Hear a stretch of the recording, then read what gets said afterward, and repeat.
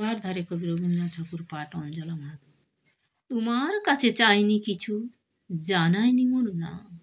তুমি যখন বিদায় নিলে নীরব রহিলাম, একলা ছিলাম কুয়ার ধারে নিমের ছায়া তলে। কলস নিয়ে সবাই তখন পাড়ায় গেছে চলে। আমায় তারা ডেকে গেল, আয় গো বেলা যায়।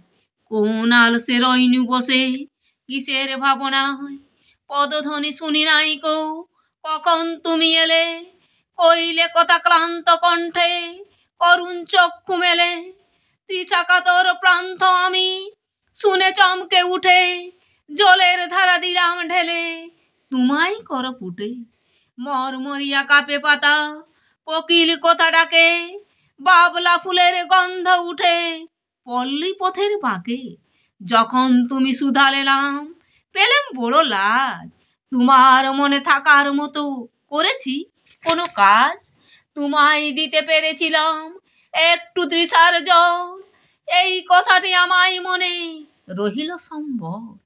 কুয়ার ধারে দুপুর বেলা তেমনি ডাকে পাখি, তেমনি কাঁপে নিমের পাতা, আমি বসেই থাকি।